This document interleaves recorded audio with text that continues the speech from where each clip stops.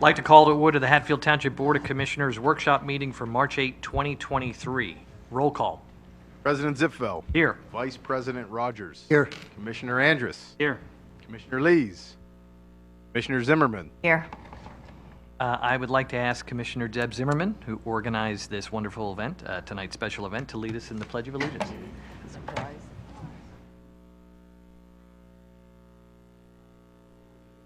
Flag. Public for which it stands. God. Justice for all.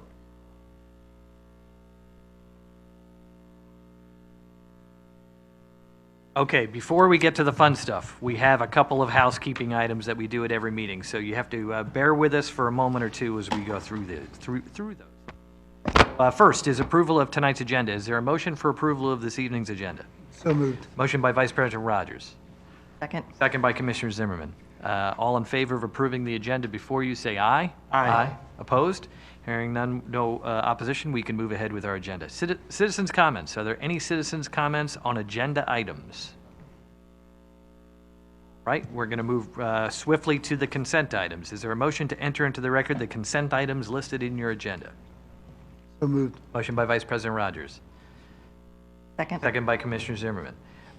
Those items include the police report for the month of February, the Hatfield and Calmer monthly fire reports for the month of February, the HTMA monthly budget report of January 10, North Penn Water Authority meeting minutes of January 24, and the VMSC monthly report for the month of February. With that, I'll call a question. All in favor of moving those into the record, say aye. Aye. Opposed? Hearing none, those are moved into the record. Okay. I did that as swiftly as I possibly could. I'm going to hand the microphone over to Commissioner Zimmerman. She's done a wonderful job organizing this, and the microphone is yours.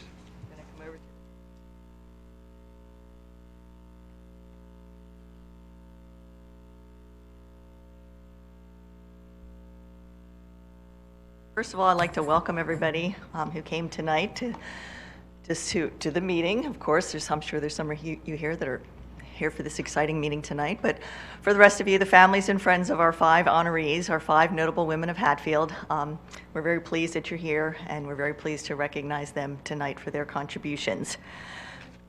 So this is Women's History Month, and that's a celebration of women's contributions to the history, culture, and society, and it's been recognized in the United States since 1987. It grew out of Women's History Week, which was issued by proclamation by President Jimmy Carter. But recognizing contributions of women is not just something done in the United States. March 8th has been designated International Women's Day, and we're pleased that our meeting and Hatfield's recognition fell on this very special day. So a little bit of background on International Women's Day. It's a global day celebrating the social, economic, cultural, and political achievements of women. It's a day to not only celebrate the achievements of women, but to educate and raise awareness of women's equality and to call for gender parity and equality. Each year there's a theme, and this year's theme is Embrace Equity, which means to understand the journey required to achieve women's equality. International Women's Day has occurred for well over a century, with the first gathering held in 1911. It grew out of efforts in the early 20th century to promote women's rights, especially suffrage. Purple, green, and white are the colors of International Women's Day, with purple signifying justice and dignity, green symbolizing hope, and white representing purity. In 1977, the UN General Assembly invited member states to proclaim March 8th as an official UN holiday for women's rights and world peace. So tonight, Hatfield Township and the Board of Commissioners are pleased to recognize 5 notable women of Hatfield, one representing each ward of the township for Women's History Month on this International Day of the Women. These diverse women represent a dedication to public service, using their talents and leadership skills to benefit their communities in various ways. Many serve on nonprofits, various boards, or support their school or religious communities. However they do it, their contributions and giving back is something that comes naturally to them and is something that they are passing on to the next generation. We welcome them and their families tonight, and we thank them for all they do for Hatfield and the greater community. And just a housekeeping note to all the honorees and your guests and to the general audience, Please help yourself to some refreshments back there before you leave, and you are welcome to go after the ceremony if you'd like, or you can stay for the whole meeting if you'd like. We'd love to have you. So I'm going to do this in order of the wards, so 1 through 5. So representing Ward 1 is Dottie Miller. Dottie, if you can just come up on this side.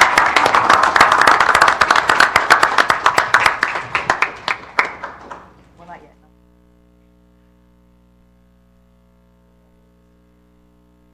And is Dottie Miller.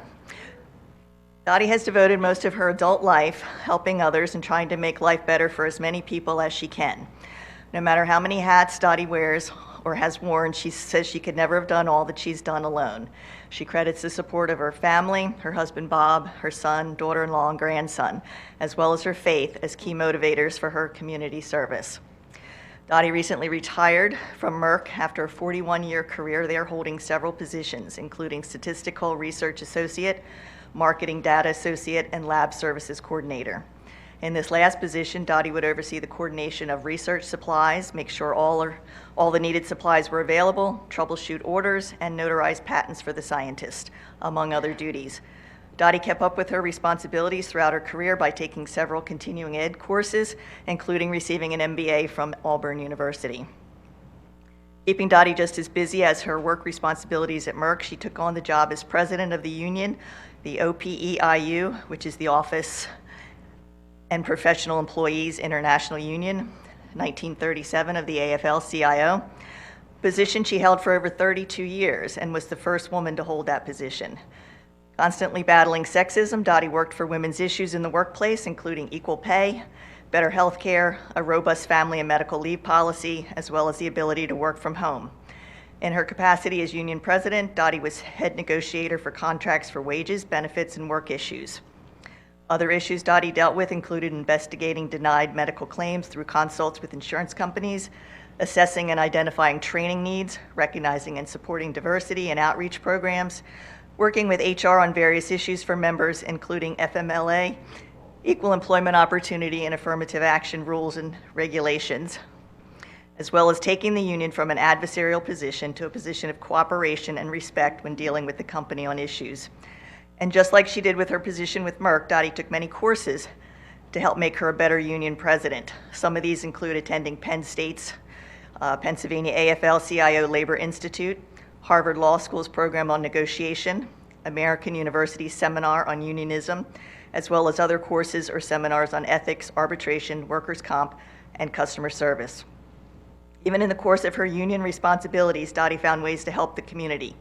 The union collected items for the military and shipped them overseas for the troops in Iraq, raised money to help the disabled, including obtaining a wheelchair van ramps for young wheelchair-bound people, and collected items for Laurel House. During the early part of Dottie's career, she was raising a son and helped with the Home and School Association at his schools, as well as helping with the Boy Scouts, even holding the positions of Assistant Scoutmaster and Treasurer of the General Nash Foundation. Dottie and the Scouts collaborated with the Malcolm Schweiker Century Club, Harley Owners, and Lansdale Bike Night in many fundraising activities.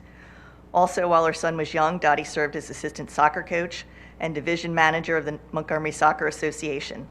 Church is also important to Dottie, and she has served on several committees at her church, such as helping people with disabilities and helping those laid off to find jobs by helping them with their resumes. Excuse me. No. Around the holidays, Dottie helps her church collect food, toys, and warm clothes to be distributed to those in need. And as if Dottie didn't have enough on her plate, she found more ways to give back to her community. She served on the boards of the YMCA and the North Penn United Way, and is treasurer of the Women's Democratic Leadership Initiative Board. Dottie uses her positions on these boards to help manage and fundraise for various causes, including scholarships, and as part of the Women's Leadership Board, she helps recruit and work to elect women to public office.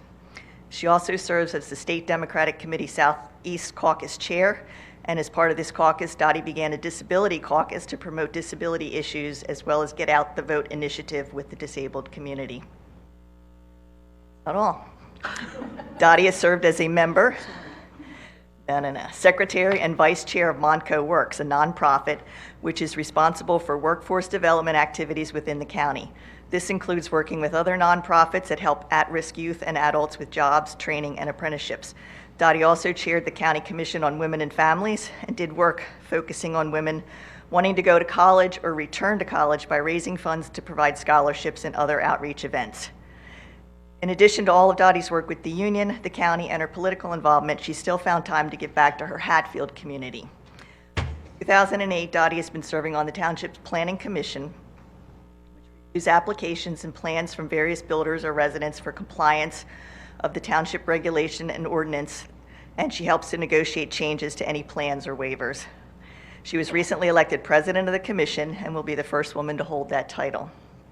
She enjoys serving on the commission as it allows her to see and understand all the ways the township, county, and state work together and how it all connects in making the community a better place to live. Amazed that Dottie has time in the day to breathe, but I'm not finished yet. She also taught as an adjunct professor at Gwynedd Mercy University and Eastern University and is currently teaching business management at Montgomery County Community College. Dottie and Bob have lived in Hatfield since 1978, and she really likes Hatfield, considering it a little town that has everything she needs. It's close to work, shopping, and transportation. Dottie isn't someone who wants to take credit for all she's done, as she sees herself as someone who is blessed, and therefore believes in the motto, "To whom much is given, much is expected." Thank you, Dottie. Thank you.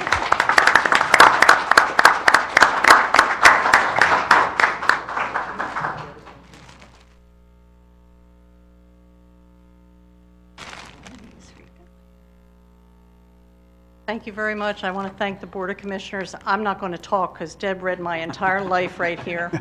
And Brian will tell you, as the Planning Commission, they were happy I got elected because I'm making the meetings shorter as long as we get done everything we need to get done. I have to give a shout out to my daughter-in-law who could not be here tonight. She is a radiation therapist at Penn in the oncology group, and she is busy working tonight saving some people's lives.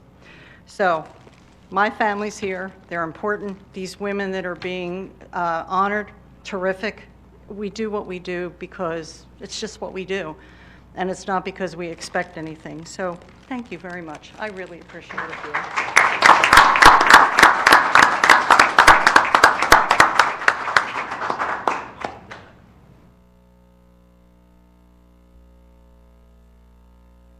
Tired. Thank you.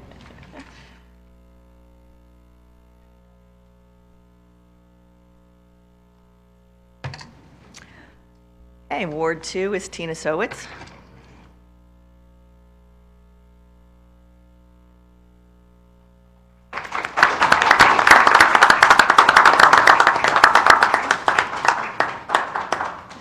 Turn around so everybody can see you.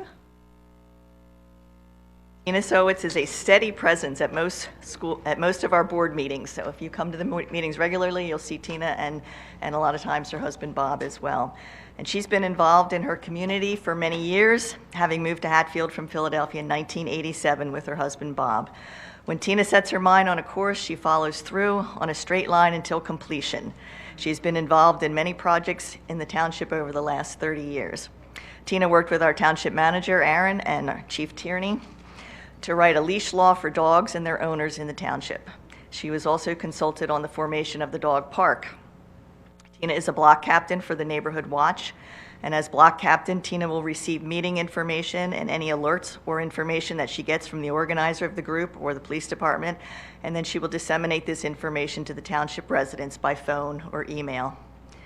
She will get alerts about home, car, or shed break-ins and remind her neighbors to lock their doors. As part of the Neighborhood Watch, she also participates in organizing the Halloween candy that the police hand out to the community children. And Tina's also helped out as a volunteer at the polls on Election Day. One project that I can personally vouch for, Tina's passion and follow-through, is the new mural at the Aquatic Center. Tina had a vision as to what she wanted the mural to look like and what message she wanted the mural to convey to the community. She brought the ideas to Aaron and I, and with Tina's perseverance and dedication, saw it through a 2+ year process to completion. Tina wanted to get behind a project that all the residents could identify with and enjoy and convey a message of positivity. Using the idea of the township's activities and events, all connected by a trail, the mural connected township landmarks, the town seal, activities, and history. Tina was also involved in the hiring of an artist and oversaw the prepping and painting of the wall. The mural was completed in September and was dedicated in early November of last year. Tina initially got involved in volunteering in the township when she joined a walking group led by a former Park and Recs director, and she and Bob began volunteering for the races, like the 5K and the Dash and Splash in the summer. They began by handing out water to the runners and moved up to race marshals, directing the runners along the correct route and helping other volunteers. So look for Tina and Bob ringing their cowbells to cheer the participants on. Tina's other passion outside the township is animals, but before she got involved in several animal rescue groups and shelters, she used her degrees in behavioral psychology and clinical psychology to work as a therapeutic instructor with physically disabled adults for the United Cerebral Palsy Association in Philadelphia. While there, she instituted a pre-vocational training employment program and worked with the recreation department in the summer day camps as a counselor. After several years of this demanding work, Tina switched gears and decided to work with animals. Began as a volunteer at the Morris Animal Refuge Animal Shelter in Philadelphia, and here as a paid staff member, she started new programs including volunteer coordinator, humane education director, and public relations director, and was later appointed the acting director of the shelter. Tina was able to do presentations to schools and daycare and camp centers and other special groups. She created a Pet Adoption of the Week TV segment on a local TV channel and a pet therapy program at many hospitals and rehab centers. Tina and Bob have rescued and adopted several cats and dogs over the years and currently have 3 dogs at home that they love to walk on the trails of the township. The animals they usually take in were considered unadoptable by being severely abused, by being a senior, handicapped, on death row, or had behavioral issues. Currently, they volunteer at a no-kill shelter where they participate in special events and collect donations for the shelter. Tina has testified as an expert witness in state and federal capitals advocating for disabled people's rights and animal rights legislation. She also served for many years on the board of directors for a community mental health and mental retardation agency, as well as being a co-founder and board of directors member on a Pennsylvania Commonwealth-wide animal legislative network. Tina's definitely an asset to Hatfield and our greater community with her work to better the world for people and animals. Tina never stops thinking of ways to make the community better. Her current project is advocating for a small parking lot for Frick's Trail off of Orvilla Road. Tina loves Hatfield for its trails, access to so many activities and events, walkability, and friendliness. She encourages others to volunteer as often as possible. In her spare time, Tina enjoys photography, cooking, and baking, gardening, reading, and is always open to learning new things. Thank you, Tina.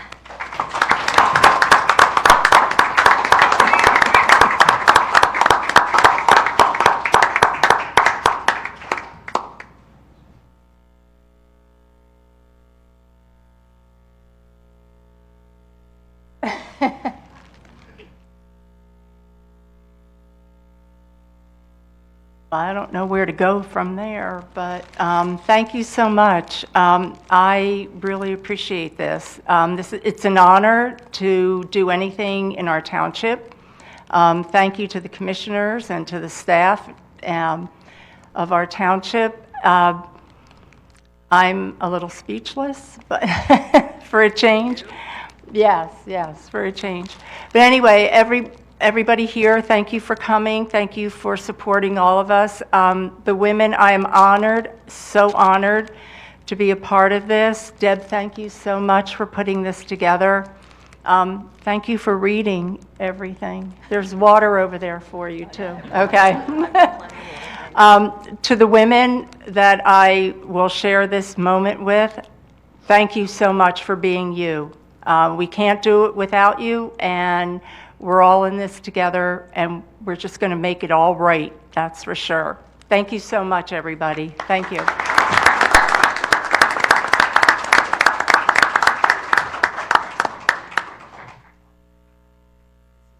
You came last year, you know that this is nothing compared to last year. Last year I had 12 of these to read. And last year was our first time we did it, so we kind of went all out. This year we trimmed it down a little bit to our 5 wards. Okay, from my ward, Ward 3 is Crystal Patel.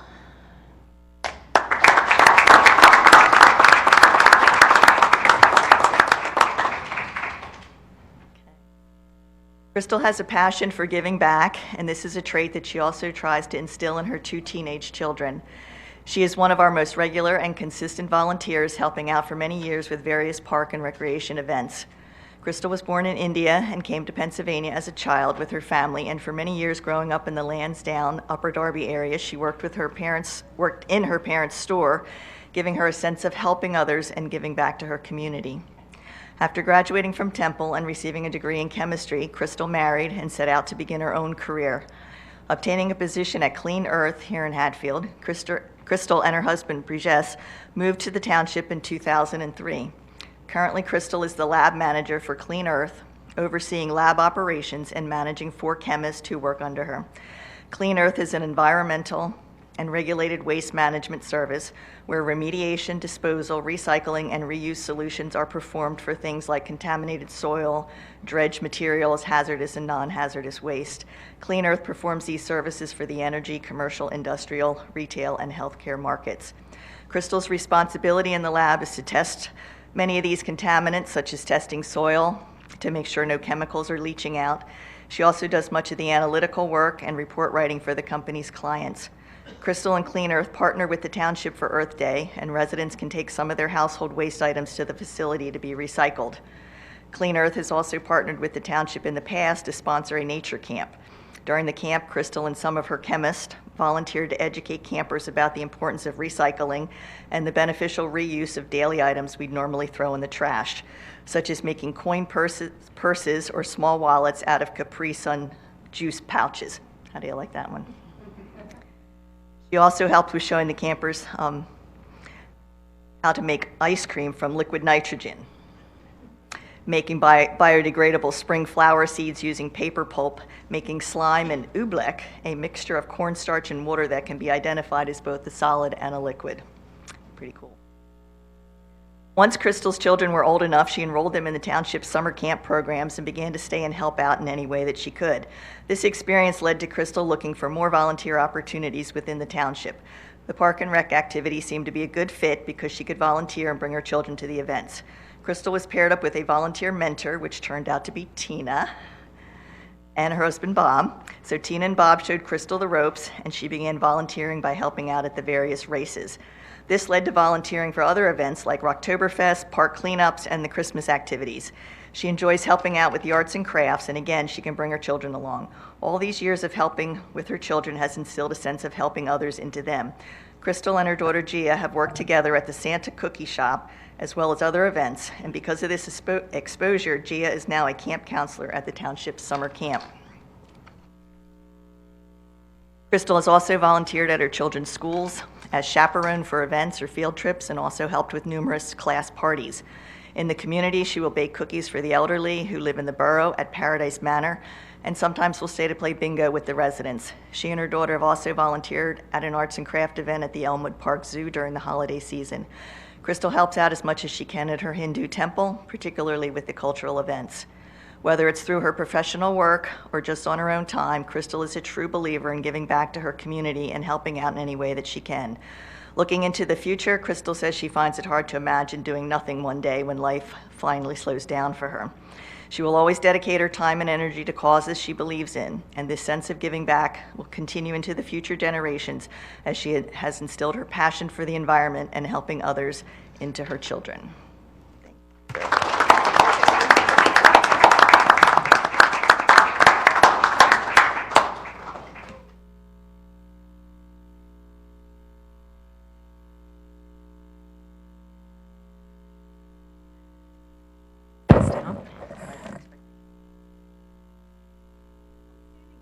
So, first of all, thank you so much, Hatfield Township.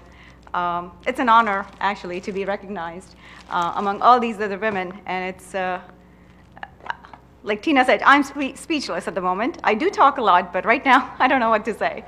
But no, I do appreciate Hatfield Township doing this. My family always supporting me, and I actually do, quote unquote, have them help me along with me with any and all events. But it's just a way to get them, get them to understand, do something without any expectations in return. So, but thank you all. Thank you so much. Thank you.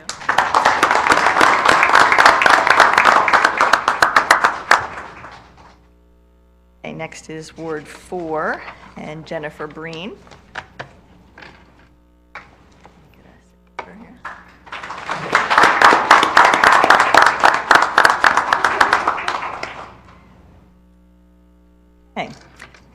Jennifer grew up in the North Penn area, moving from Lansdale to Hatfield with her husband Eric in 2011. She began working as a pharmacy technician while still in high school at the Lansdale Pharmacy and later for Rite Aid. Jennifer graduated from Chestnut Hill College with a degree in business administration and a minor in biology. While at college, she completed a very interesting internship where she worked for a collector of business cards and helped him to create the Business Card Museum. She researched and documented the history of business cards, and her work was incorporated into a chapter of the business card book by Dr. Lanella Grant. After graduation, Jennifer took a job at the Three Marketeers, a marketing company owned by the person who had asked her to help with the Business Card Museum. While there, Jennifer joined the North Penn and Central Bucks County Chambers of Commerce and participated in the women in business groups in each. Jennifer helped with the annual Women in Business Seminar for Central Bucks, which sought to educate and empower women in business. While involved in these events, Jennifer met someone from Univest Bank who encouraged her to apply for a position with the bank. Jennifer soon began working for the bank in the marketing department before later becoming a branch manager. Eventually, she moved into the pharmaceutical industry and obtained a master's in business as well as a project management professional designation. She continues to perform ongoing education to learn and grow in this capacity. Currently, Jennifer is a senior consultant for Project Outlier, assisting pharmaceutical and biotech companies to deliver life-changing therapies to patients by providing business analysis and IT compliance support. These therapies are often very niche-oriented, and only a small number of patients receive the life-saving miracle cures. Jennifer says it's most rewarding when she's able to hear feedback stories from these patients about how their lives were saved. Being a very compassionate person led Jennifer into her volunteer community work as a grief support facilitator for the bereavement ministry of St. Stanislaus and Mary Mother of the Redeemer parishes. She's been involved in helping people through their grief for over a decade now. Jennifer finds the work very rewarding and finds just being a good listener is sometimes all people need. She does this work via one-on-one phone calls or during monthly grief support meetings. She counts it as a privilege to have been invited into the lives of so many people in their time of deep sorrow. Jennifer also volunteers her time between St. Stanislaus and St. Maria Goretti churches. She helps coordinate weddings and funerals for St. Stan's. She helps the bride, groom, and bridal party with the details of the ceremony during rehearsals and at the actual wedding, making sure they all stay calm and everything runs smoothly. She also helps family at funeral services, making sure everything goes smooth there as well. During COVID, Jennifer helped with live streaming of the services at St. Maria Goretti's when parishioners weren't able to attend a service in person. And even though the church has returned to in-person services, the live stream still continues with Jennifer's assistance. Jennifer has also volunteered at her children's school, and one event that she especially enjoyed was helping her daughter and some other students shop for and adopt a family during the holiday season. While the children enjoyed picking out the gifts, this was also a learning opportunity to teach what items were really needed, what could be a fun item, and how to budget the money to accomplish what was needed. In addition to instilling giving back to the community and her children, Jennifer also instills her qualities of compassion and empathy for others in her children. With her daughter, Jennifer tries to show her the beauty and importance of being female. Together, they founded Girl Friday for God as a resource to provide ideas, information, and support to girls and women seeking to serve God. Jennifer and her husband have 2 young children who keep them busy, but you can often find them enjoying many of the township's events, such as Music Feast, the concert series, or the Dash and Splash 5K. They usually have so much fun that Jennifer often finds herself encouraging others to partake in the park and rec activities in the township. Family is deeply important to her, as is her Roman Catholic faith. She counts it as a blessing that she has so many of her family members living nearby and loves getting together with them all to make memories. Jennifer says that initially she did not want to move to Hatfield when she and her husband were house hunting, but is so very glad that they ended up settling here. She likes that so many places and things are close by, like the stores and the restaurants, and that you can easily walk to many places. She also loves the diversity of the township and especially the diversity of her own neighborhood. When Jennifer has time, she likes to garden and hopes to be able to volunteer at the Garden of Health once it is up and running. Thank you, Jennifer.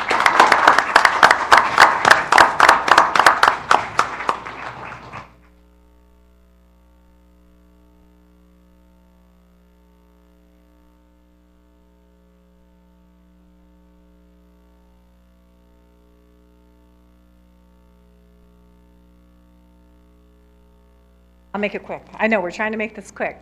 Thank you very much to Tom, to Deb for putting this all together. To all of you, the ladies, it was great to meet you tonight and hear your stories. I just want to say that the main reason, I mean, I don't know how you guys were, the other nominees, but when I got the call, I was kind of like, why me? Like, I'm just doing my life, you know, like it's nothing special. There's lots of other people that deserve recognition. And I think that's the beauty of life, is that every single solitary one of us has a story. And we all walk paths, and sometimes they're parallel to one another, but they're our own path. And so we can have similarities, but we're not the same. And so that's just one of the wonderful things about this community and this event, is that we're just recognizing one another and the beauty that we all have within us. So thank you so much.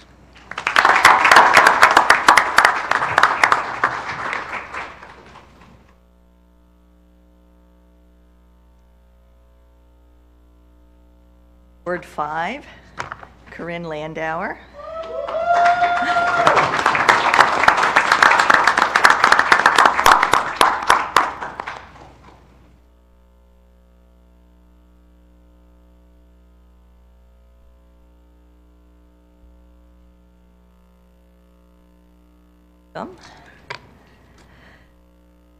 Corinne is a woman who is very passionate about giving back. She's either founded or is part of several nonprofits to help those less fortunate than herself.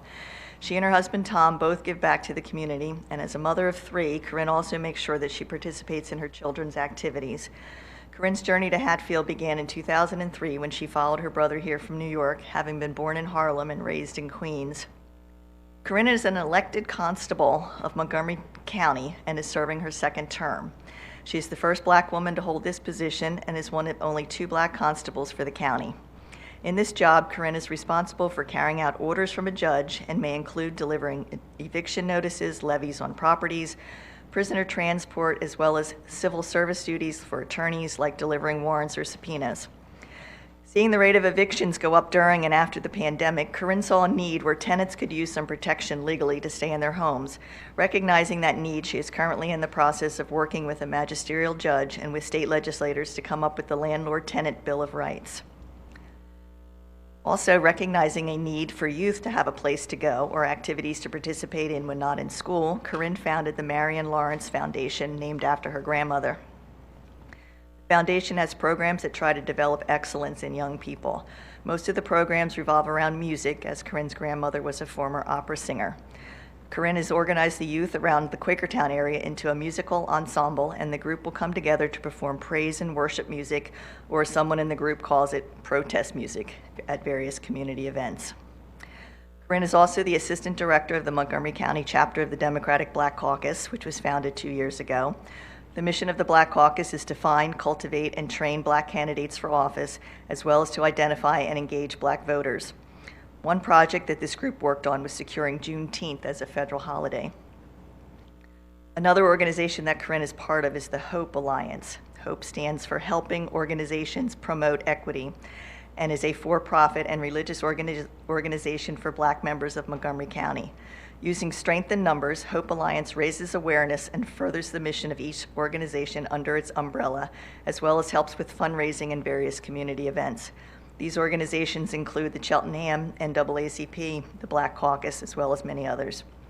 One notable event that the Alliance held was a dinner to honor notable Black figures in history, which included a Tuskegee Airman, the great-great-grandson of Frederick Douglass, and the oldest Black survivor of the Battle of the Bulge.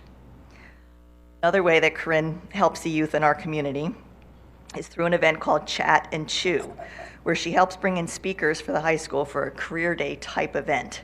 The speakers represent several under-discussed fields, and the conversations with the students over lunch center on what these jobs entail and how to enter that field. Many years ago, Corinne became a DJ at a club in Tennessee after doing some karaoke. She found she had a knack for DJing, and she now performs the duties at various events and fundraisers that she's part of. So with all the many hats that Corinne wears as she supports her community and her causes, the one I would say she's most proud of is that of mother to her 3 children, 2 of whom are still in elementary school. She has served as homeroom mom for her son Michael at Culp Elementary, and one event that she spearheaded was the 2nd grade graduation for his class. This was post the worst of the pandemic, as she felt the students needed a little celebration since graduation from second grade isn't something that we normally do. So the kids all enjoyed that. Corinne says she likes living in Hatfield because of its sense of community, the size, which is just right, not too big or too small, our schools, and the Moose family on our Villa Road. Thank you, Corinne.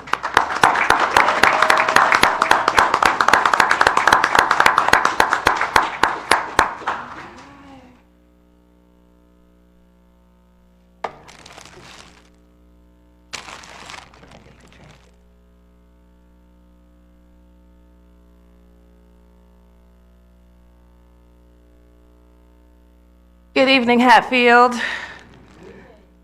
Thank you to Commissioner Deb Zimmerman and the Hatfield Board of Commissioners for this esteemed honor. Gentlemen, congratulations. You too work with a phenomenal woman.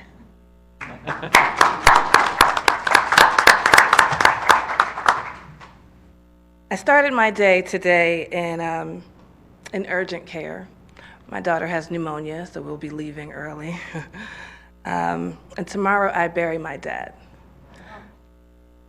I tell you this for two reasons. One, I really didn't get to write a speech, right? But then two, is I want you to remember the next time anyone even implies, and I'm sure that wouldn't be anyone in this room, but the next time anyone even implies that a woman can't do anything, I want you to tell them that Corinne said, we women can do anything we want to do.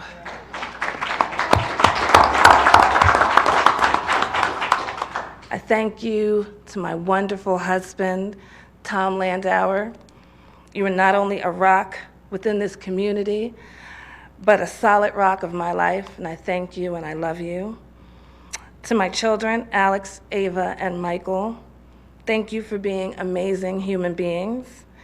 And to the ladies that I have the esteemed pleasure of sharing this honor with this evening, thank you for your dedication to a stronger and a better Hatfield for all, and have a wonderful night.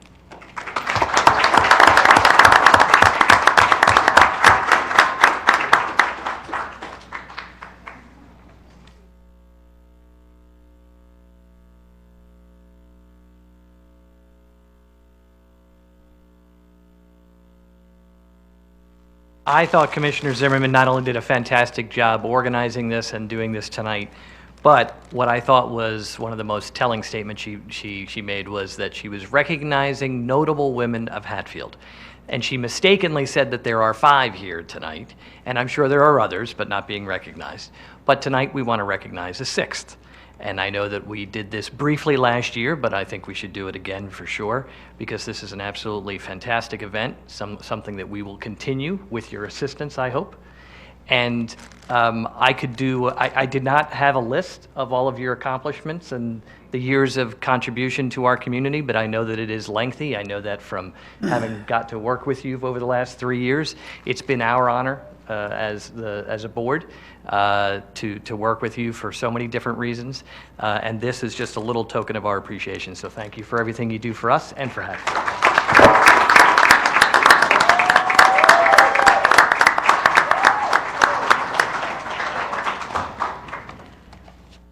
I enjoy meeting all these special women and interviewing them, and something that we can continue even if I'm not here. It's been great working with everybody, great working with all of you, and we will see you around Hatfield.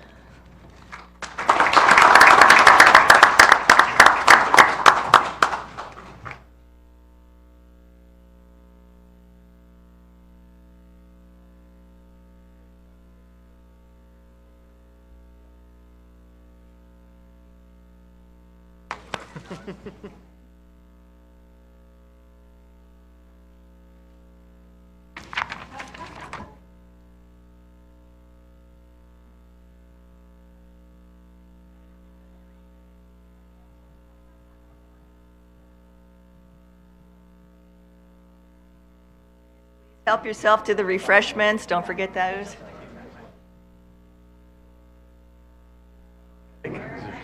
Special. That's in the back room. Seeing you around. Absolutely, absolutely.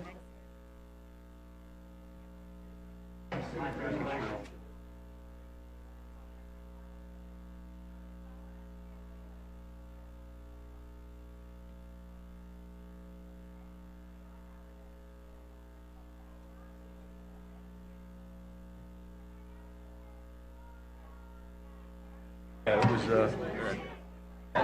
yeah.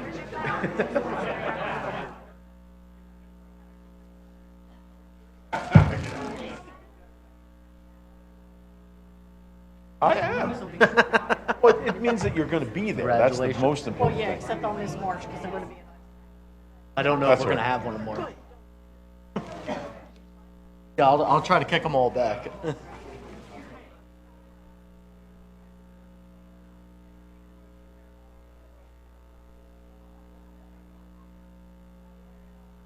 Well, one's out. Oh, for his? Yeah. Oh, yeah. Ultimos. I usually. Well,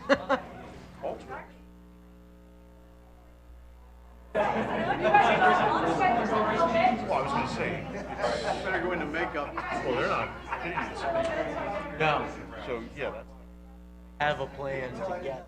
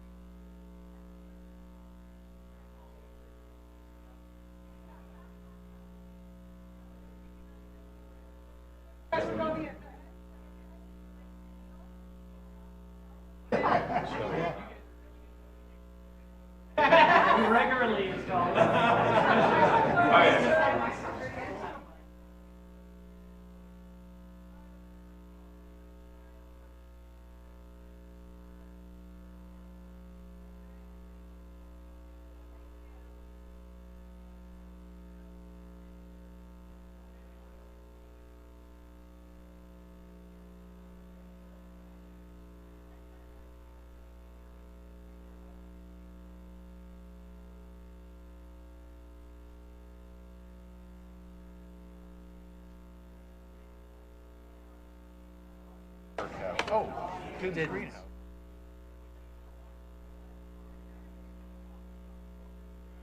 I will see that for a little bit then. Yeah, excuse me.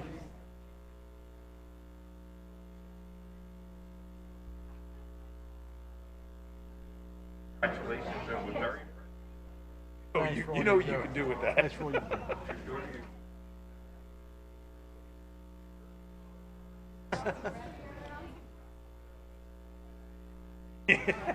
Go give Dan one. He deserves one. Oh, yeah. Let's get a I was second gonna one. say, I was wondering why you had 10. I'll Yeah. leave one for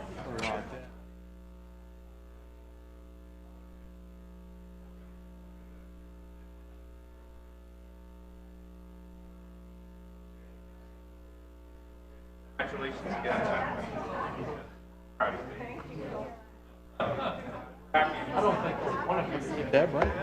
Took them a little bit. I think one of them. Oh, how about you? I don't get that very often. Nor have I gotten that very often during my life. No, I was going to say, at no time I think.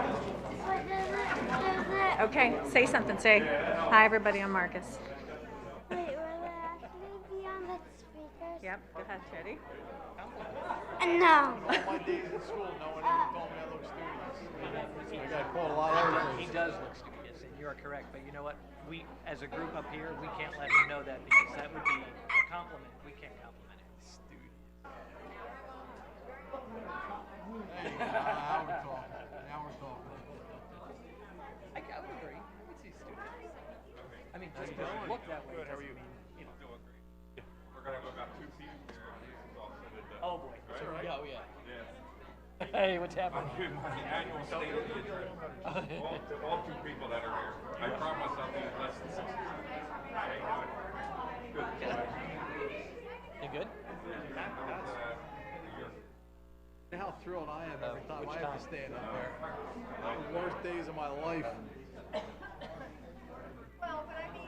Oh, yeah, Ithaca. Sorry. We went to the city too. I was thinking it's the city, and we're going back. You're a little bit more photogenic Maggie's, than what I it's a am. long story. She got into vet school. Don't count and yourself they've got out. they've And got he's a- dressed a in the thing right down color. New York, and also in I didn't even know it. Ithaca on Saturday was great. It was a little bit You of a didn't get the rough memo? drive, and then on the way back, we turned around in one day. But it was good. He got to see his school. He got to see the team. Brought him I haven't gone down that much, into but the locker room. He loved it. definitely.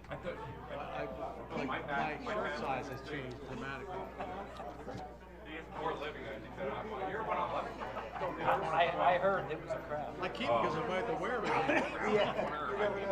Better than that long hair. Better than last year. Oh, thank you. Thank you. Thank you. I had help with all these wonderful ladies. Made it easy. Oh. No. Oh, I got Now, one. the fun part of the meeting. Meeting over, someone asked that? Yeah, Bob. Can it be? Are you declaring it over? All right, I'm going home. I still have to talk some more. Park and Rex. Second. Yeah. Let me find it. A lot. Well, we're kind of, yeah, we're.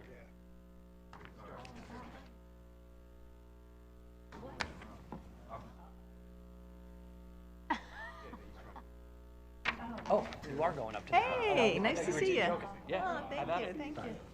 Let's have you do it right now. Yep. Hey, how are you? Your Honor. Good. Yep. Take her with you. I will. Run around?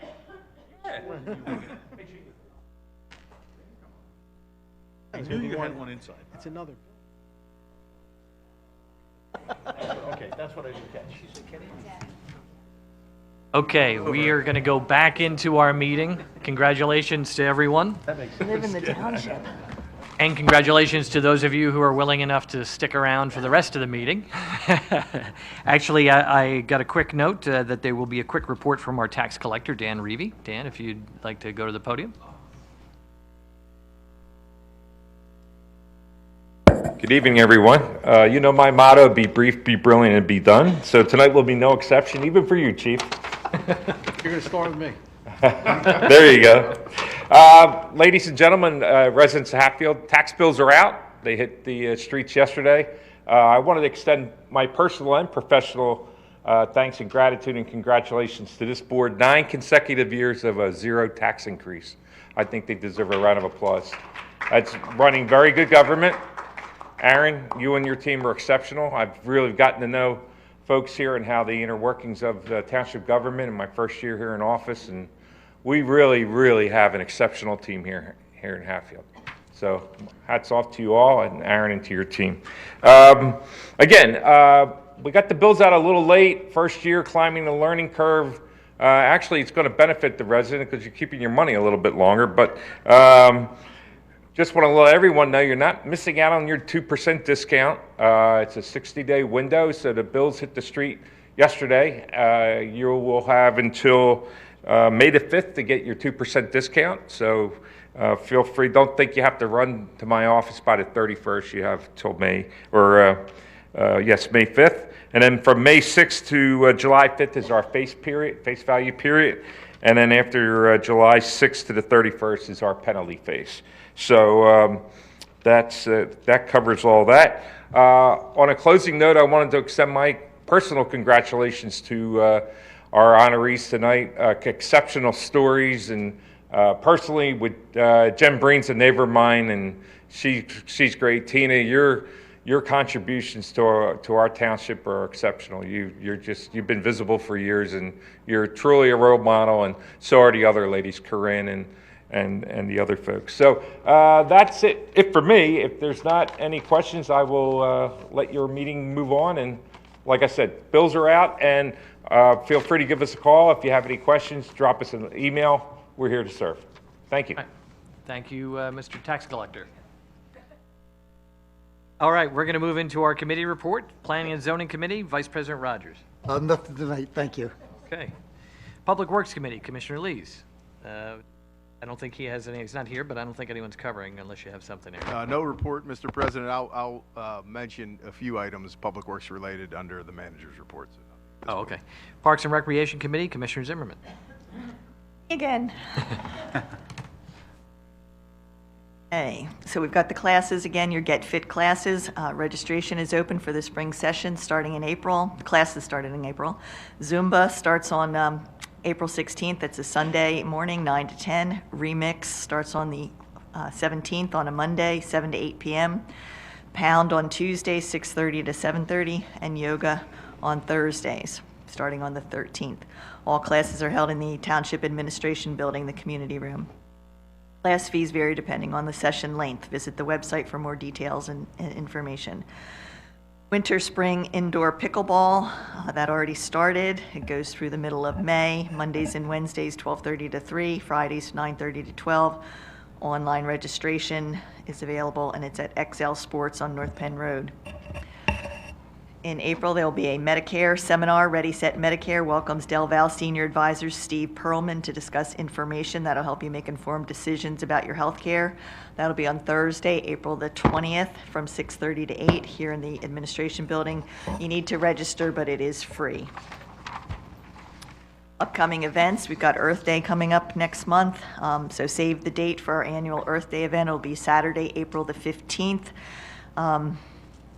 From 8 to 12, we'll have collection sites at the Public Works Building and Clean Earth. Public Works will do some recycling stuff like yard waste and cardboard, tree branches, and some shredding, and that'll be at the Public Works Building. Clean Earth will take your hazardous waste, oils, electronics, batteries, and 1 TV per household. And again, that's from 8 to 12 on the 15th. Earth Day cleanup is also on the 15th, so if you want to get involved and help out, sign up to be part of the cleanup from 8 to 12 on the 15th, and email Ashley at abrody@hatfield.org to participate. Spring scavenger hunt is the following day, on the 16th, the first of our 5K series. So grab your friends and family and join us for the 5K run through the township. Run for a time or participate in the scavenger hunt along the course for a chance to win a prize. All runners receive a finisher medal, a race-themed prize, and post-race activities. There'll be music, inflatables, crafts, things like that. So again, that's Sunday, April 16th, School Road Park, starts at 9 a.m. Summer camp, registration is open for that if you want to go on the website and fill out a form. It'll be run by the YMCA this year. And also we're hiring for seasonal positions at the Aquatic Center and any other place that we need help for the summer. So again, it's all on the website, so just check those out if you're interested. And I believe that's it this time now, Mr. President. All right, thank you very much. Finance Committee, we have a couple of, I'm sorry, Jerry.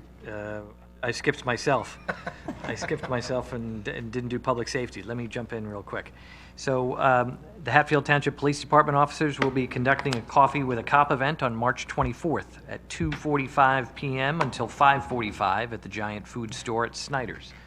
Again, that's March 24th from 2:45 to 5:45 at Giant Foods at Snyder's. Last Friday, we had a nice send-off for 2 of our officers who are retiring from Hatfield Township Police Department. Lieutenant Jay Cirillo and Detective Sergeant Rich Hoffner greeted friends and many area colleagues. They sent their best to Hatfield, to them and to Hatfield. Earlier this afternoon, Detective Bill Steinberg was sworn in as a detective sergeant, and Bill will be overseeing our detective division, taking the place of the newly retired Rich Hoffner. Earlier today, Chief Tierney was at Manna on Main Street. Chief, thanks for doing this. Along with other North Penn police chiefs, we're working with Manna to provide non-perishable food and hygiene supplies to those we contact who are in immediate need. Manna provides the packages to the departments to hand out, and all are partnering with the National Alliance of Mental Health to assist those in crisis. Chief, thank you very much. And last, and certainly not least, is some great news that we also received earlier today, which is the Hatfield Police Department was one of 10 departments in the county to receive a grant from the Commonwealth of Pennsylvania.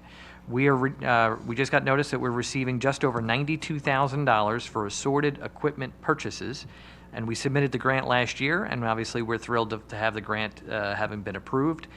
Congratulations to the police department and also for our grant writers and the staff, Aaron, for overseeing that and guiding that through. And that goes on the list of yet another grant that Hatfield Township has received.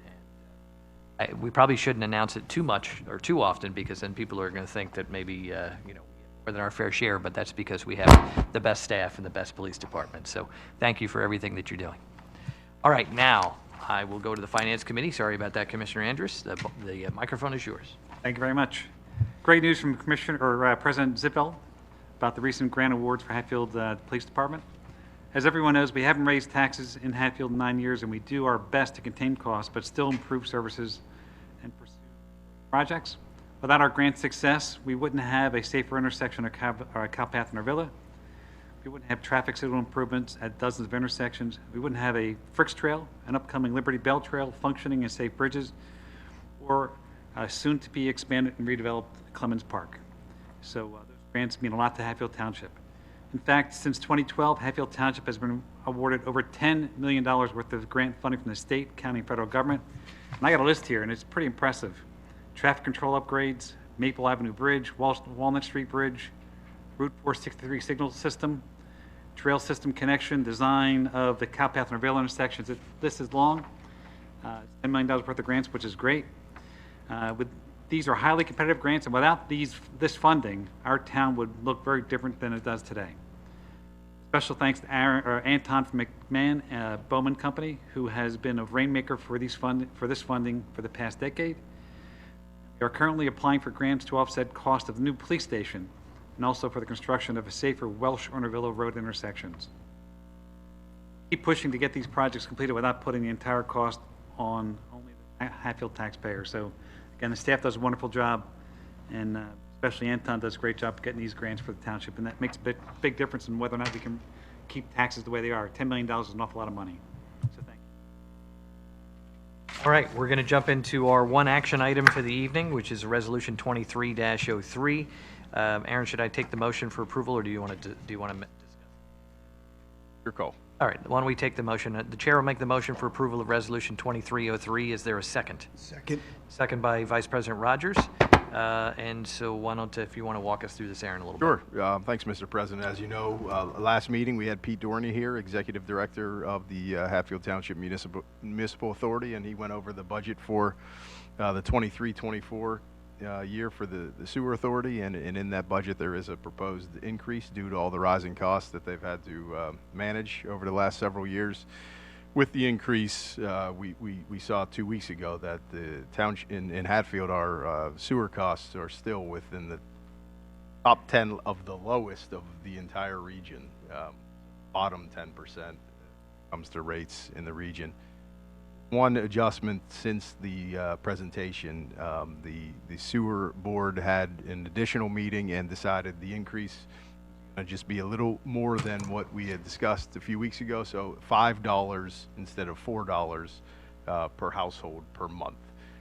We saw what inflation has done to the industry, and we know our authority does an amazing job at containing costs, but everyone feels as if this increase is warranted, and will put the authority in a good position to provide a very essential service moving forward.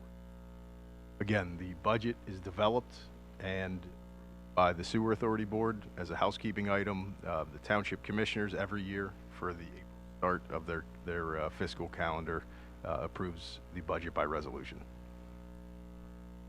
Questions or comments? If not, I'll call the question. All in favor of Resolution 2303, say aye. Aye. Opposed? Hearing none, that is approved. All right, we're going to jump into the Township Manager's report. Aaron. Thanks, Mr. President. Speaking of Sewer Authority, we have the chairman of the board here tonight on a different topic, but he was a big part of, I'm going to try to move my mic without making a noise, but Mr. Harvey was a big part of guiding the Sewer Authority for many years, so we're grateful for his work on the authority. But he's here tonight on a different matter, and Ralph, I'm gonna start talking, and then at some point we're gonna have Ralph go to the podium and explain the project a little more for the residents and for the commissioners. And his wife Peg Harvey is here. I think everyone knows how involved they are in the neighborhood watch group. No strangers to this room for sure. So what we are discussing tonight is an exciting thing for the township, and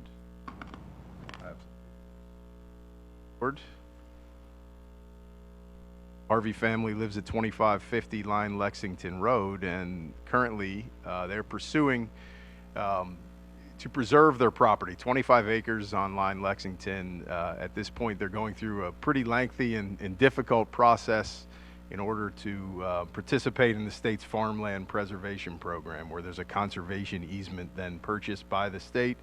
Property would be forever preserved in perpetuity. Why are we talking about this here, and why are we involved? Well, in order to participate in the farmland preservation program, property, and here's another, just look at the property. You can see it's been very developed around it, and Ralph has done an amazing job of restoring that, and we have a few pictures that I'll have him walk us through. But before that, just procedurally, just so the board understands why we're talking about this here, in order to participate in the farmland preservation through the state, you have to be within an agricultural security area. It's called an ASA. So Hatfield does not have any ASAs. In order to participate, you have to have a minimum of 250 acres. So Township is not in a position to create an ASA. So in order to accommodate the Harveys and help them along this journey, we're able to piggyback off of Franconia's ASA. It's our nearest agricultural security area. Franconia has hundreds of acres that have already been preserved. So there is a relatively simple process, and Scott Hutt, our assistant township manager, has been taking us through that and has already reviewed this with the planning commission. In 2 weeks, there'll be a resolution in front of the board simply saying we would like to participate and enroll this property on behalf of the Harveys into Franconia's agricultural security area. There's no other obligations beyond that. That allows the Harveys then to participate in the farmland preservation program. One quick note about the farmland preservation program, which I think everybody will find interesting, is that Pennsylvania has the most farmland in the country that is preserved. Almost 6,000 farms totaling just shy of 600,000 acres have been preserved in perpetuity here in Pennsylvania through this program. So it's a pretty significant program, and we're hoping that the Harveys are successful in their endeavor. They're the farms that have been preserved throughout the Commonwealth, noted in red. You'll see there's a lot in southeastern Pennsylvania. Now, Ralph, if you could go to the podium, I'll introduce this. But the Harveys have been hard at work and gained something that's not easy, and I'm just going to show that first. But in 2015, the Harveys were able to get their property placed on the National Register of Historic Places, which is one of only 3 places here in Hatfield Township. The other 2 being the Orvilla Bridge and the gateway into the Oak Park neighborhood. So there's only 3, and this is the 3rd. And Ralph, do you want to, I have the presentation here, but I thought it would make sense if you just talk to the board about why this is important to you and what your plans are with the property and what you've done, and I have the pictures to show as you're speaking. Thank you. The Stewart property on Line Lexington Road has been in the family for 100 years, and we want to keep it that way. There's no more, I guess, large open space in residential, because I guess the Bowen property, Walter's property, was the last. Now, you do have open space, but it's industrial. I would like to keep our property because we've had it so long in farmland.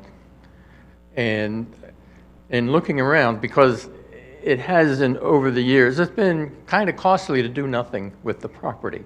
Taxes have gone up. I need new roofs and paving, and it's just, for a fixed income, it just begins to dwindle. And I thought that if I went to the farm preservation program, it'll do 2 things. I get to keep the property as a farm, and hopefully if I sell the easement of my building rights, then the money that I get, I'll invest, and you hopefully will use the interest earned to pay the bills. That's the unofficial goal. So in looking at the farm preservation program from the county, you have to meet certain requirements. The farm agriculture security area is one of them. And of course, as Aaron explained, that since we don't have one, we had to tie on to somebody else. And that's common. I learned that, it's common. So it's just a procedure that needs to be done to get the process moving along. Now, that's not the end of it.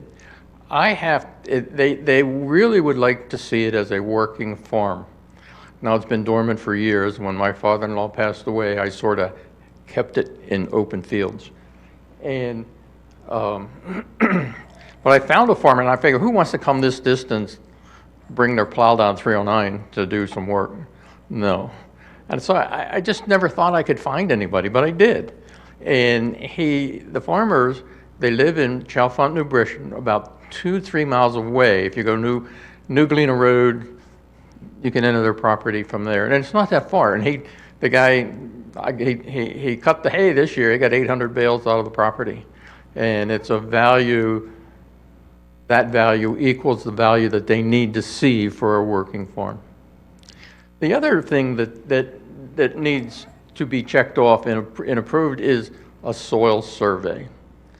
And I would like, after we get this far, if this is approved, that I'm going to call USDA, which is in Percy, and I've been talking to them already, that I would like to get them, either one, get them to actually do it, or two, whoever they hire to do the job, to do a soil survey, which means coming to the property and doing, I guess, a hole or whatever they do, and write a report that hopefully meets the requirement of the application. Then when it goes in, it's reviewed, and if you get on the list somewhere down the road, hopefully you'll get funded real soon or recently soon. I don't know that. But the money that I get, I hope that it'll be invested.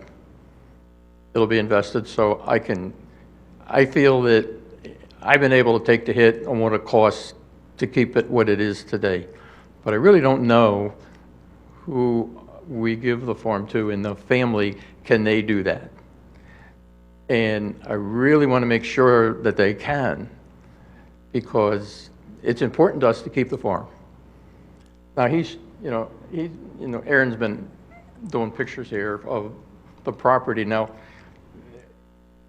that's a big part of really why I want it. But the other part is some of the pictures that he's shown.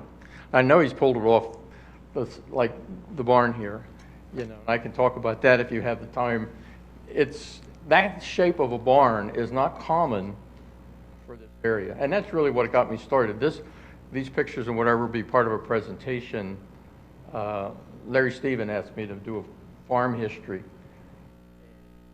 The pictures that you see actually were part of Dave Kimmerly's application for the National Historic Site. He did a research, and a lot of what I have to show, a little bit is part of the history of Hatfield, and some of mine is research of the census and whatnot. So, but that barn there is an unusual shape for the region. Aerial roof usually is Amish barn. They're usually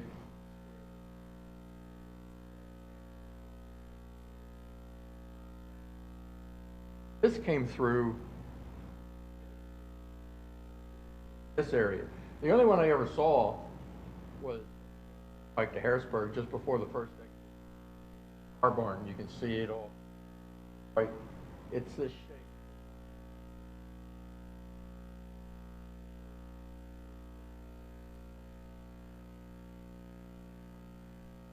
Like it. Now,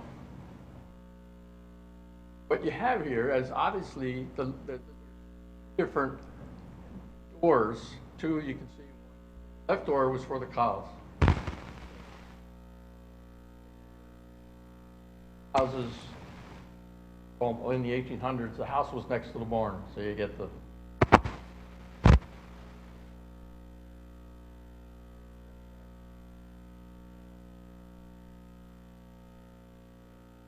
plus another is, well, we got to paint that area white because it looks sanitary. Out where the cows would stand and be milked. White, that's inside. The center, which is, you can't see because it's a double door, sliding door, and it's a straight through through drive that you can bring your hay wagon, you can bring whatever. Hay mow. The second door, which is the third pole over from the left, calls for horses. Other door, which has been built over as just a wall where the windows on the far left, was a drive-through for your carriage or your wagon.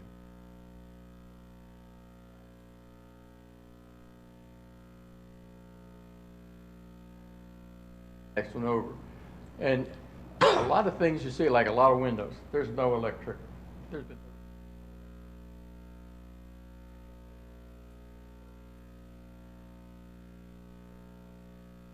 1909, 30s, no electric. People that built the buildings, same. Builder, Philadelphia. Now, why do you want to come out and Hatfield be a general farmer? But the property had, at that time, had a 2-story house and a barn on it, which he demolished, and he built his buildings. Some of them remain. So what you're seeing here was, what, 1909. So that's the back of the barn. You can see the straight line on the back above the 3 windows.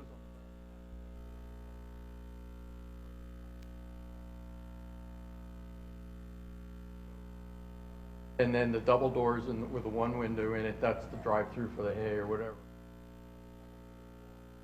Above the wagon is a tongue and groove floor. Next to it is like a rough, random boards with space because they want to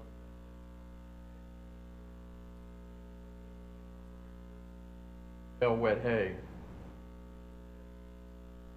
Fire because you combustion, the pressure.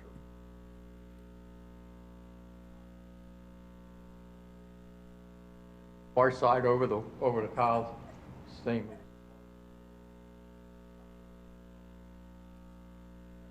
That's that building.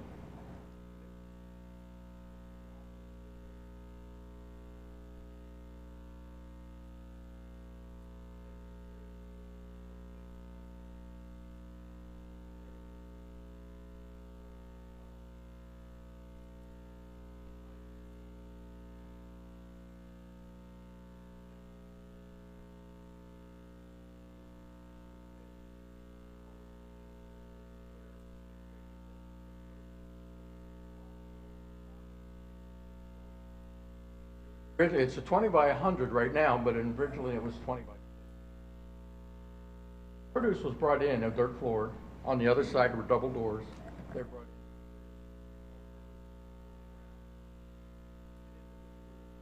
in window area, and on the other wall is electric. I got to have light. Produce was repacked, looked at, and then sent out. That was that building. We call it, this is the garage.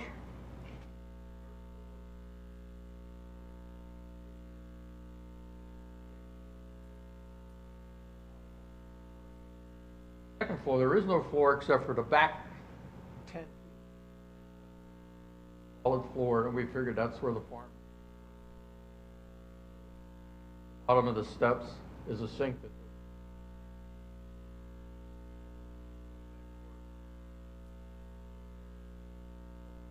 help is because the house had a bathroom. They didn't really need.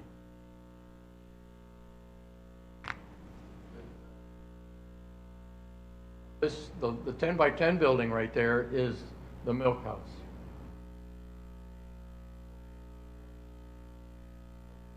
Running water, but they brought ahead a sink that drained it.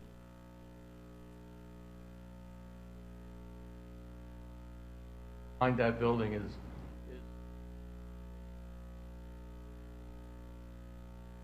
Ralph, 4 dug wells on the property, or 4 dug wells, but there are 4 wells. what do we need to do to help tonight? Yeah, I want to make sure that we do what we're supposed to do to help. There will be a resolution on the agenda in 2 weeks from tonight for the board to approve in order to allow this property to be eligible to enter into the Franconia. The following month, Franconia supervisors will have essentially the same resolution. Same resolution, okay. Have that teed up. We've been working with Franconia. They'll approve that. That gives the Harveys the ability to then next step with the farmland preservation. Got it. Sorry to interrupt. I was thinking that we needed to do something tonight. It's going to be on our next agenda. Right. Got it. Or why? Oh, no, absolutely. I just wanted to make sure that if we were supposed to take action tonight, that we didn't neglect to do so. So we'll, next, and I'm sorry, go ahead. Want to continue, or? Well, if there. I got some don't know, personal questions, actually.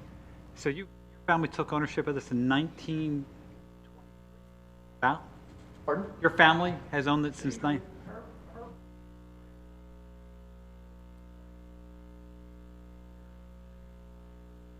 Ralph, sorry to be a pain, but can you stay on the microphone so people can hear you when they're watching the? Thank you. He moved there from Warrington in 1923, 2 trips on a wagon, bring his stuff here. And so he came, I'm pretty sure I'm right, but I'm assuming he came here to be the township highway foreman. I don't have anything to say he was hired, but I do have the letter when he resigned. And he was hired by the state to do the same thing in the region. And I have time cards and that, that went into Harrisburg. So I feel that's why he came. And the house, as I say, it had no electric forever. And it had a master staircase in it and a back staircase. Water was pumped up to the 3rd floor to gravity feed to the bathroom and the tub, but it didn't feed the sink in the kitchen. You still had to go outside and get it. And the heat in the building, if you got no electric, how's that going to work? I believe it to be steam heat. He had in the turn of the century, steam heat was coming into the commercial industrial, and since he built stores in Philadelphia, and some came on the National Register for him on that. I think he brought steam heat to the house. And I have a big gauge, about 4 inches, 3.5 inches on the 3rd floor at the end of the line. I guess it showed the pressure of the steam to, I guess, give him an indication it's getting, that's why it's getting cold, you got no pressure. I don't know. But that's, and I don't know if you have, yeah, I'm going to do a whole history of the farm for the Historical Society. But I don't know if you... I have everything, Ralph. Which one? It doesn't, whatever. I don't know what pictures you took, but... I have it all. I didn't know if you wanted to. Oh, okay. I've got It's it all. up, whatever time you got, I can talk about it. The house...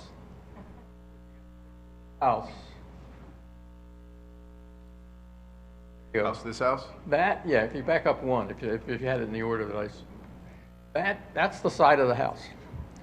That's the side Portico of, is that's you the take- side of the house? You take your, pardon? That's the side of the house? That's the side of the house. Portico there is, you drive up with your wagon and 3 stories. The little window on the 2nd floor you see there, I figure it's there to let light in during the day because there was no electric, so it'd be awful dark. And we have on the 3rd floor, there's a window, and then inside that is another window right at the steps to allow light in on the steps.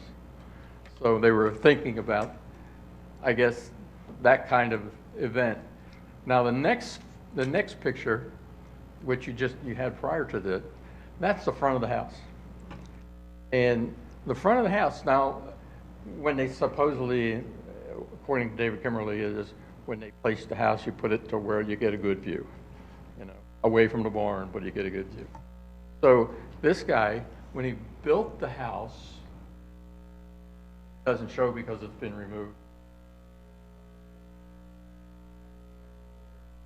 Railing around it like the 1st floor. And just And the middle window on the second floor slides up into the wall. So you can leave the bedroom.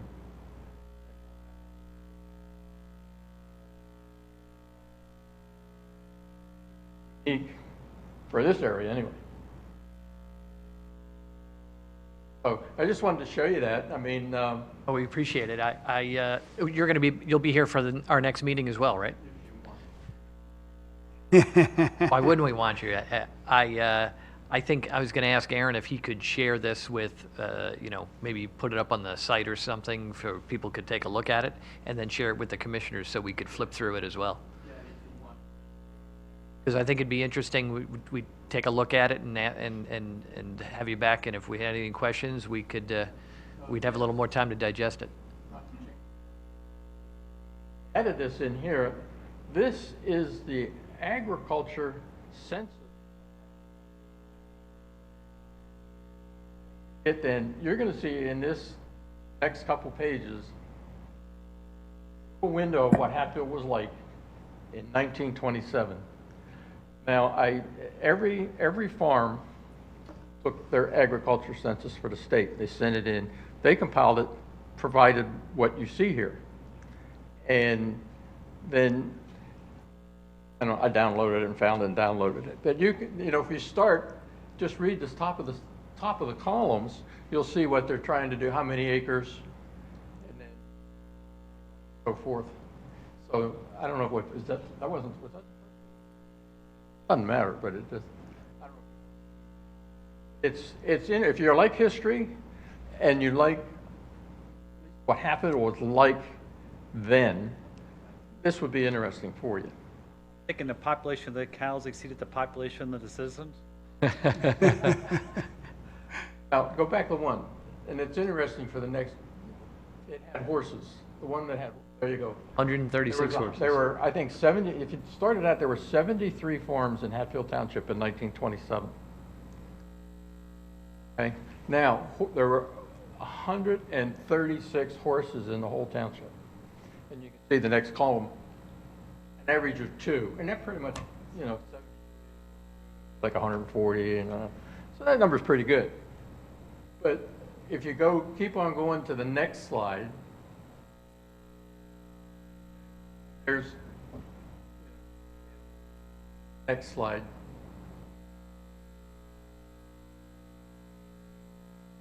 A lot of hens. A lot of hens. A lot of hens. Okay. This is beginning to me of what's interesting of the housing of Hatfield Township. Okay?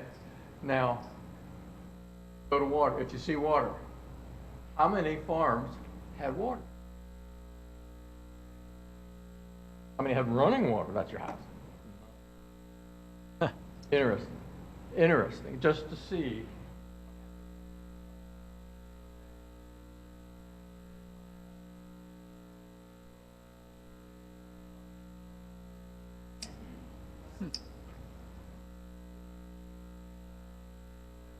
I don't know what they mean by heat. If they mean a fireplace, that's even more scary that some of them don't have fireplaces. Or, and if you go back to that area, they had those bed pans, the heat pans you slid in the bed, after you put coals in them. Yeah.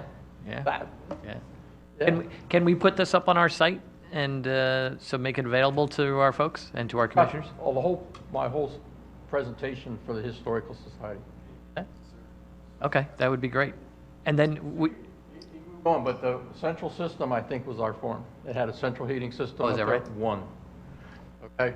But phones, there again, just keep in mind.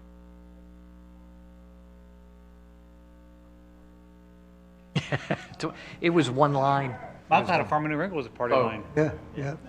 It's interesting. And Early radios, 80s. everybody finds radios in the trash today. Electric, number one, I guess, to have a radio. So it gives you a little bit of window. I think this is the last slide. Electric source. So electric plants, there are none. Stations. I guess it's debatable. I can't say I know exactly what they call a station.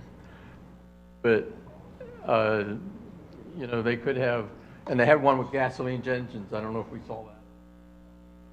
But they had, if you know what a hit and miss engine is, if you know what it is, they dragged them around. There was a little gas engine that would run up by a pulley, whatever you wanted to run, like a hay baler or something. And you've probably seen them, you didn't really pay any attention to it. The big steam engine would roll up and they get these big belts and they'd run it from the steam engine to a machine that we're going to do thrashing or hay or whatever. Well, the farmers had this hit and miss engine that would go put, put, put, put, and hit, and put, put. And they would hook up whatever that they had they want to run. One could have been a generator. Okay? I think one for us, it was called a jack pump.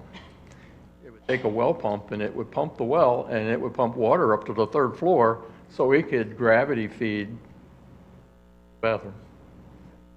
So there's different, and it could run other things, like in the one machine shed, I got the overhead wheel that would power belts to other things on the floor, and that could be run by the hit and miss engine. And you could have a saw, you could have a drill, you could have other things that would be powered by one engine. Ralph, Larry Stevens asked if you would do a presentation on this. Is that what you Yes. said? That's great. Yes, the history. Is he going to put it up on his website? Do you know? Well, we're shooting for May. And I guess it's going to go Facebook, the Facebook account, right? That's great. Yeah. They have YouTube videos as well? That's great. So, Would you be okay if we pulled you back up there next meeting and asked you some more questions? Sure. I mean, it's interesting. If you like history, I mean, if you're not a big history about this, it's Hatfield history. And Right. you get to see what it was then. And that's sort of why I wanted to keep the farm the way it was. Yeah. There are no farms in Hatfield anymore, and there's not a farm like that either. And I just want to save it and afford to keep it. Really, because if I sold it, all that stuff's coming down. You'll never get it again, never. Well, I'm looking around at my colleagues, and I'm just looking at by their expressions. I'm pretty confident we're going to do our part. So that's Thank you. You can count on that. Thank you. No, the beginning, not to belay it, but beginning are just tax documents and names. There's really not, it'll be kind of cut and dry. But that was up to 1840.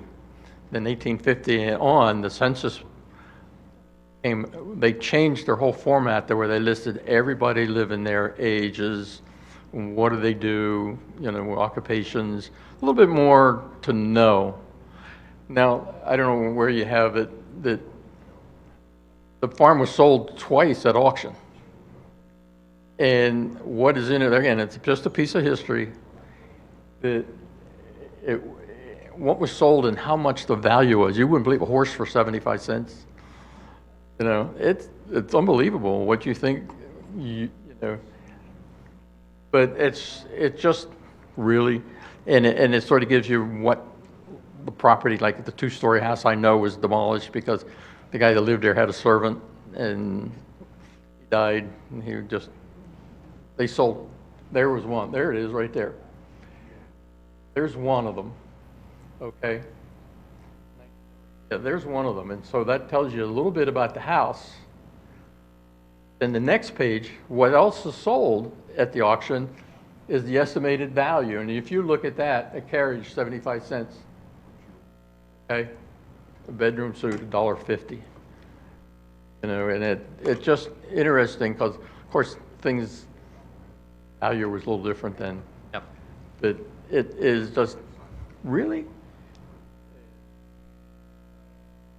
I don't know, you can pick out, just sit there and read it and think like, no. We'll look. Thank you. Thank you for sharing that. Yeah, so, and then there's another sale after this. That farm was sold at auction. All those buildings, it sold for 75 bucks in 1911. I don't know how the guy built it. I don't know how long he ever lived in it, really.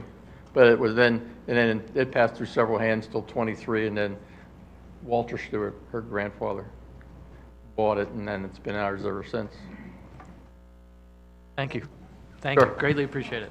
Thank you for Yeah, no, we'll see you we'll see you at the next meeting. Very All right, interesting. thanks, Ralph. Well, I've had the pleasure of touring this property. One afternoon, fantastic. An awesome property, an awesome family. You know, you go back there and you feel like you're going back in time, especially in some of the barns. It's really exciting. I'm glad that you're taking this opportunity to preserve it. The other thing is, my children years ago told me, if you look at Hatfield Township under Wikipedia, you'll see this house. And you also see the list of the commissioners.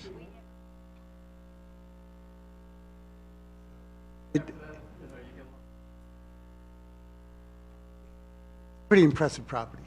So, thank you. Thank you. Thank you. Yeah. Aaron, you have a second item on your report. Just quickly, that was actually the year the chief came to started his career. Hey, Reevy. Yeah. Sorry, I had to remind And everyone. 25 cents a week. Exactly. Less now. Just one last thing, housekeeping, commissioners. Just a reminder, in 2 weeks, we'll be here with the bid awards for our road paving and all of our other annual bids. We'll be opening those next week, and they'll be in the agenda packet for the next meeting as well. So that's all. That's all I have, Mr. President. All right, solicitors report. Excellent, good to hear. Citizens' comments. Any citizens' comments? All right, no citizens' comments, then I will entertain a motion to adjourn. So moved. Motion by Commissioner Andrus. Second. Second by Vice President Rogers. All in favor of adjournment, say aye. Aye. Opposed? Hearing none, we are adjourned. Thanks for coming out, folks.